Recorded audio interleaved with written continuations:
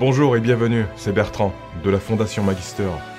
Cette vidéo va juste servir à compléter la précédente. En effet, dans la dernière vidéo, je vous parlais de différents moyens d'éviter et corriger les doublons dans la liste de nœuds de votre système de notes. Et en commentaire sous la vidéo, il y a une personne qui se demandait si avec LiveJournal, il était possible d'utiliser des alias pour éviter les doublons. Et du coup, oui, maintenant c'est possible. J'ai rajouté la possibilité. Ce qui me permet au passage de vous dire que si vous avez des idées ou des suggestions, n'hésitez pas, je suis ouvert. Et dans la plupart des cas, ça me fait plaisir d'y répondre. Bref, déjà, les alias, qu'est-ce que c'est? En gros, ce sont des noms alternatifs qui renvoient à des nœuds déjà existants. Donc, avec des alias, un même nœud peut en gros répondre à plusieurs noms différents. Et c'est vrai que c'est aussi un bon moyen d'éviter les doublons dans les références. Ça ressemble beaucoup au moyen numéro 3 que je vous avais expliqué, qui pour rappel consistait à créer des nœuds avec des noms complexes. Parce que dans les deux cas, le principe est le même. Associer un nœud avec plusieurs noms. Mais avec un avantage et un inconvénient opposés. Avant de m'expliciter davantage là-dessus, je vais vous faire une petite démo pour vous montrer comment ajouter des alias à un nœud. Vous allez voir, c'est assez simple. Je vais reprendre l'exemple de la vidéo précédente avec les concepts de logiciel, programme informatique et application informatique. Je vais créer le nœud programme informatique. Peu importe la manière. Là, je vais le faire dans une note parce que si vous avez suivi les précédentes vidéos, vous savez bien comment ça marche. Ensuite, je fais un clic droit sur la référence au nœud ou un contact prolongé si vous êtes sur mobile. Je clique sur Information du nœud en haut, car c'est le nœud qui m'intéresse et non pas la référence. Et là, juste ici, j'ai le champ alias. On voit que pour le moment, il n'y en a aucun. Mais je peux en ajouter en cliquant sur le bouton Ajouter juste à côté. À partir de là, ça fonctionne exactement comme la création d'un nœud classique. Je rentre le nom que je désire et je valide en le sélectionnant. Donc, je vais ajouter logiciel et application informatique en tant qu'alias du nœud programme informatique. Et je valide le tout en cliquant sur Enregistrer en bas. Maintenant, quand je vais référencer un nœud, ces alias vont m'être proposés dans les suggestions.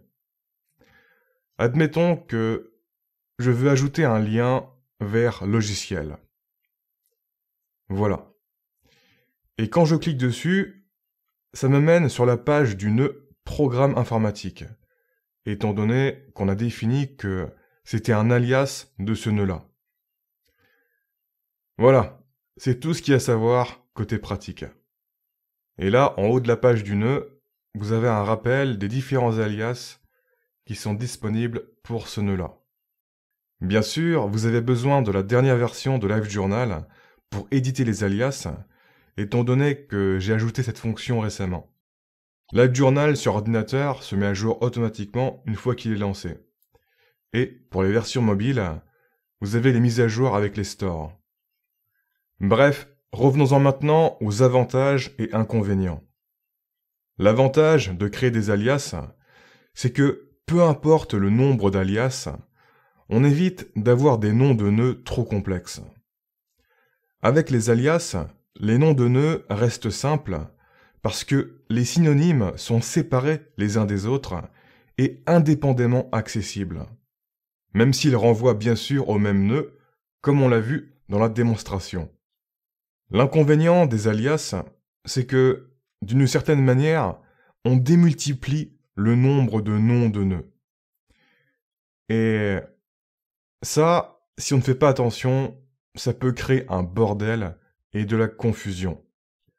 Parce que, quelque part, en démultipliant le nombre de noms, on ne s'aide pas vraiment à se repérer et à apprendre. Au contraire. Mentalement, c'est quand même mieux d'associer un concept précis avec un seul et unique libellé précis. C'est comme ça qu'on va mieux l'identifier et l'intégrer. Donc, je pense qu'il faut vraiment essayer de ne pas abuser des alias et juste mettre ce qui est vraiment utile et pertinent. Et non pas essayer de mettre tous les synonymes possibles. Je dirais que les alias, c'est particulièrement utile pour les abréviations et pour les noms communs qui renvoient à des choses floues et fondamentalement indéfinies. Par exemple, dans l'exemple de tout à l'heure, c'était le cas. Logiciel, application informatique, programme informatique, tout ça, ce sont des termes communs qui renvoient grosso modo à la même chose.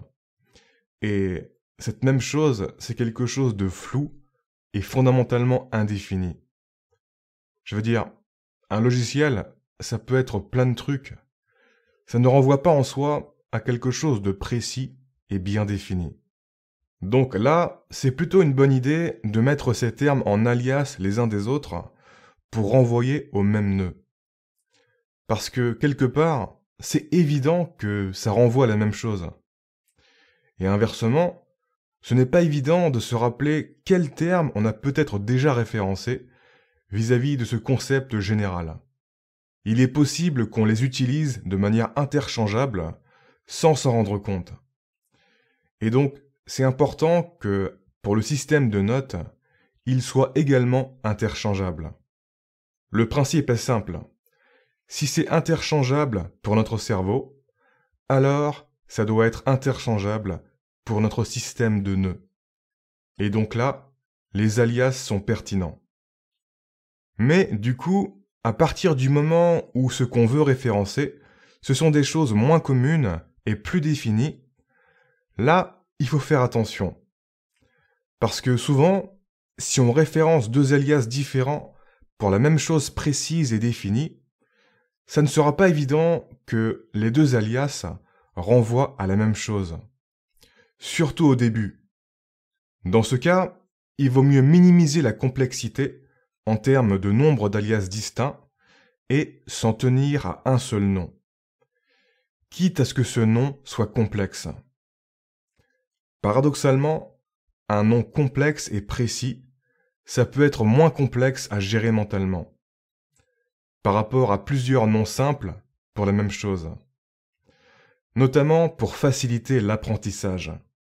Parce que globalement, l'apprentissage d'un nouveau domaine, ça passe par la discrimination et l'identification progressive des éléments pertinents. C'est-à-dire qu'au début, on est perdu, c'est confus, rien n'est délimité. On est dans ce que j'appelle l'espace mental primitif. Les éléments pertinents n'ont pas vraiment d'existence propre et définie dans notre esprit. Ils ne sont pas encore dans ce que j'appelle l'espace mental aménagé. Ça vient petit à petit avec l'expérience. Et donc, pour faciliter ce processus et éviter d'accentuer la confusion, c'est mieux qu'il y ait un rapport 1-1 entre les nœuds et les éléments pertinents du domaine qu'on apprend. C'est-à-dire que chaque élément du domaine correspond à un seul unique nœud, et non à plusieurs. Si les nœuds sont limités, ça sera plus facile de les identifier. Et donc ça vaut aussi pour les noms, pour les alias. C'est tout bête, mais plusieurs noms, implicitement, ça ne renvoie pas à une unité. Ça renvoie à une multiplicité. Alors qu'un nom unique, là, ça renvoie à une unité. Donc, encore une fois, si les nœuds et les noms sont limités, ça sera plus facile de les identifier. Surtout que, comme je vous l'ai suggéré dans l'épisode précédent, vous allez sûrement déjà créer des doublons quand vous allez apprendre un nouveau domaine. Vous allez considérer des choses identiques comme des choses distinctes parce que vous n'avez pas encore la compétence pour vous rendre compte qu'en fait, c'est la même chose. Donc, vraiment, il ne faut pas en rajouter en créant des alias inutiles par-dessus. Il faut limiter la complexité. Et globalement, indépendamment de l'apprentissage, quand il s'agit d'un concept précis que vous référencez, vous allez davantage vous rappeler si vous l'avez référencé ou pas. Et ça va vous forcer à retrouver le nom de nœud que vous avez utilisé. Parce que vous savez que si ce nœud existe, il a un nom unique. C'est l'opposé des concepts communs comme logiciel, programme, etc. où là, vous n'allez plus vous rappeler clairement si vous avez utilisé un unique nom ou plusieurs. Bref, encore une fois, l'inconvénient des alias, c'est que, d'une certaine manière, on démultiplie le nombre de noms de nœuds. Et ça, si on ne fait pas attention, ça peut créer un bordel, du fouillis et de la confusion. Et inversement, l'avantage de mettre des noms de nœuds complexes par rapport à mettre des alias, c'est qu'il y a un seul et unique nom pour chaque nœud. On ne démultiplie pas les noms. Et mentalement, je pense que c'est mieux comme ça dans beaucoup de cas. Par contre, l'inconvénient, c'est que parfois, les noms complexes, ça devient vraiment long. Et c'est en soi une forme de bordel. Dès qu'on dépasse les 3 synonymes, c'est quand même mieux de les séparer et d'utiliser les alias. Sur ce, dans la prochaine vidéo, je vous clarifierai la différence entre le système d'alias et le système de référent, dont je vous ai parlé dans le précédent épisode. Vu que maintenant, les deux sont possibles dans LiveJournal, et que les deux partagent le principe d'offrir une forme d'identité double au nœud. Comme d'habitude, je vous mets dans la description le lien pour télécharger LiveJournal. C'est un logiciel gratuit, mais si vous le souhaitez, vous pouvez souscrire un abonnement, à partir de 2 € par mois, pour obtenir des fonctionnalités en ligne. Sauvegarde, synchronisation, collaboration, etc. Merci de m'avoir écouté jusqu'au bout. Je vous dis à bientôt pour la prochaine vidéo. Ciao.